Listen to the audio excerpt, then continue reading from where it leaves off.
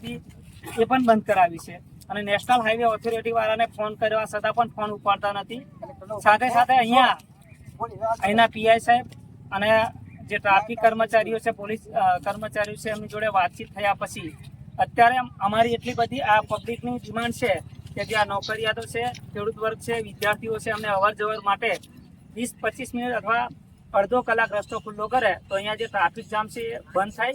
સાથે સાથે national highway authority જે 56 નંબર વાળા છે એ અધિકારીઓને મારી એટલી વાત કહેવાની છે કે તમે આખો વર્ષ વીતી ગયું ત્યારે કોઈ દિવસ આ સ્થળની મુલાકાત નથી લીધી. આજે તમે સવારે જ્યારે આ તિરાડ પડી અને આવ્યા અને આજે લોકોને જે અત્યારે મુશ્કેલી પડી રહી છે એના માટે પણ તમે જ જવાબદાર છો.